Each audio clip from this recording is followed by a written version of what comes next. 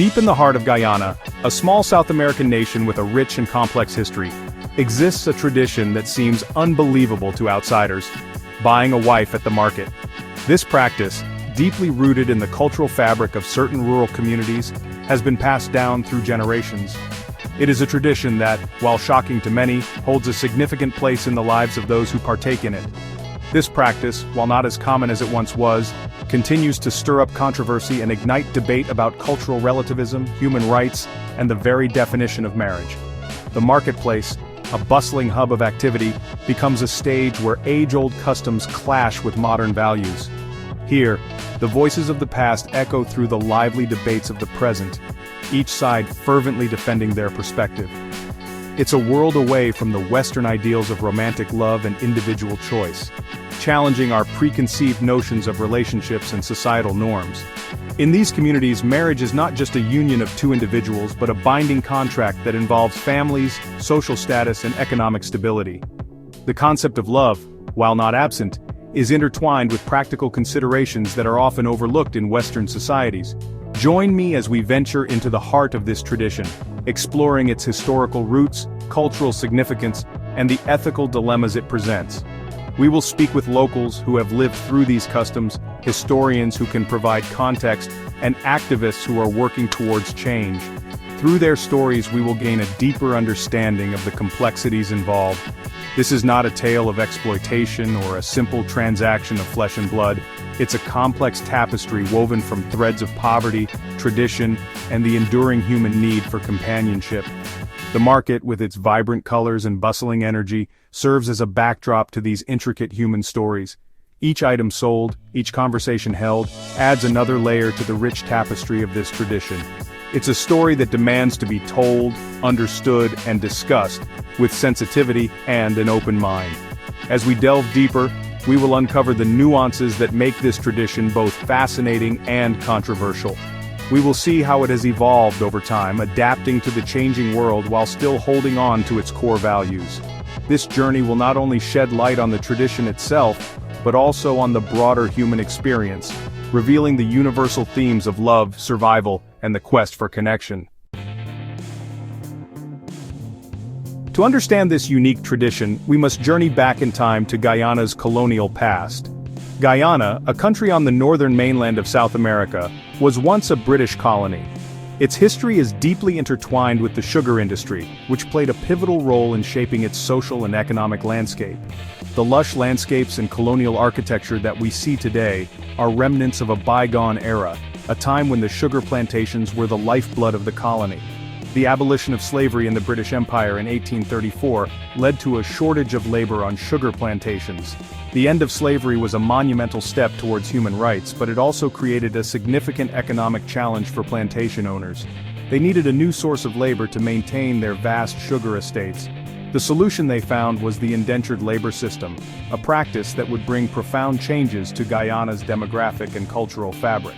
This resulted in the indentured labor system, where people from India, China, and other parts of the world were brought to Guyana to work on these plantations. These laborers signed contracts, often under misleading promises of prosperity and a better life. They were transported across the seas, leaving behind their homes and families, to toil in the fields of a distant land.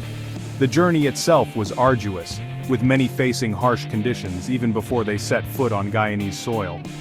Life for these indentured laborers was harsh and isolating. They worked long hours under the scorching sun, with minimal rest and inadequate living conditions. The plantations were often located in remote areas, far from any semblance of community or support. The laborers faced not only physical exhaustion but also emotional and psychological strain. The isolation was profound, as they were cut off from their cultural roots and familial ties. They yearned for companionship and a sense of family in this new and unfamiliar land. The need for human connection is universal, and for these laborers, it was a lifeline in an otherwise bleak existence. They sought ways to recreate a sense of community, to find solace in shared experiences and mutual support. The longing for companionship was not just about emotional comfort, it was also about survival in a harsh and unforgiving environment. The practice of buying a wife emerged as a pragmatic solution to these challenges. In the absence of traditional social structures, the indentured laborers had to adapt and find new ways to form familial bonds. The concept of buying a wife was not about commodification but rather a means to establish a family unit. It was a way to ensure that both the man and the woman had a partner to share their burdens and joys, to create a semblance of normalcy in an otherwise disrupted life. Men, often isolated and far from home, would pay a bride price to the family of a woman. This bride price was a form of compensation for the family's loss of their daughter's labor and a guarantee of her well-being. It was a practice rooted in cultural traditions, adapted to the new realities of life in the colonies. The negotiations and transactions were not just economic exchanges, but also social contracts that bound families together in mutual support.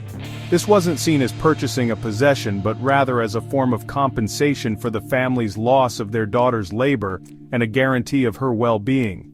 The bride price was a way to ensure that the woman would be cared for and respected in her new home. It was a practice that reflected the values and norms of the time, providing a sense of security and stability in an otherwise uncertain world. The family of the bride would gain not just material compensation but also the assurance that their daughter would be part of a supportive community.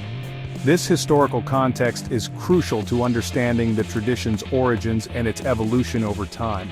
The practice of buying a wife, while seemingly archaic, was a response to the unique challenges faced by the indentured laborers.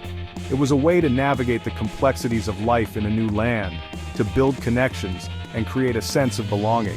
Over time, as the indentured laborers settled and integrated into Guyanese society, these practices evolved, blending with local customs and traditions. Understanding this history allows us to appreciate the resilience and adaptability of these communities and the ways in which they forged new identities in the face of adversity. Imagine stepping into a bustling open-air market. The air is thick with the aroma of spices, fresh produce, and the sweat of 100 bodies. Vivid fabrics drape the stalls and the sound of bartering fills the air. This is the backdrop against which the tradition of buying a wife unfolds.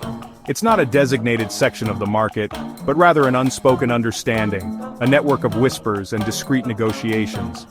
Families gather around, their eyes scanning the crowd, assessing potential suitors for their daughters. The atmosphere is a mix of nervous anticipation and pragmatic hope. There's a solemnity to the proceedings, a recognition of the life-altering decision being made. It's a far cry from the romantic notions of love at first sight, yet there's an undeniable rawness and honesty to the process. The process of buying a wife is not as simple as exchanging money for a bride. In many cultures, this practice is deeply rooted in tradition and involves a series of intricate steps that go beyond mere financial transactions. It's a complex dance of negotiation, family approval, and careful consideration of social standing and compatibility.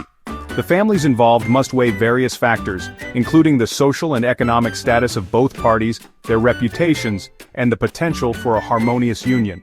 The groom-to-be, often accompanied by a male relative, approaches the family of the potential bride. This initial meeting is crucial, as it sets the tone for the negotiations that follow. The presence of a respected family member can lend credibility and seriousness to the proposal. Discussions ensue about the man's character, his ability to provide, and his plans for the future. These conversations are not just about material wealth but also about the groom's values, his work ethic, and his vision for a shared life. The bride's family must be convinced that he is a suitable match for their daughter. The bride price, usually a sum of money or livestock, is negotiated, taking into account the woman's age, beauty, and skills. This price is not just a payment but a symbol of the groom's commitment and ability to support his future wife. It reflects the value placed on the woman's contributions to her new household.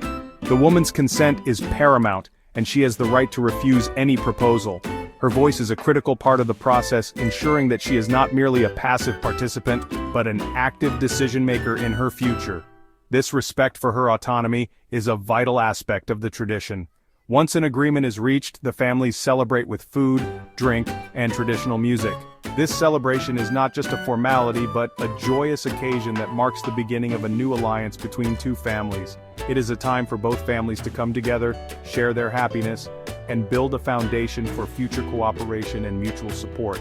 It's a celebration of a union, a new chapter in the lives of two families, and a testament to the enduring power of tradition. These customs, passed down through generations, reinforce the bonds of community and the importance of family ties. They remind us that marriage is not just a personal commitment but a social contract that strengthens the fabric of society.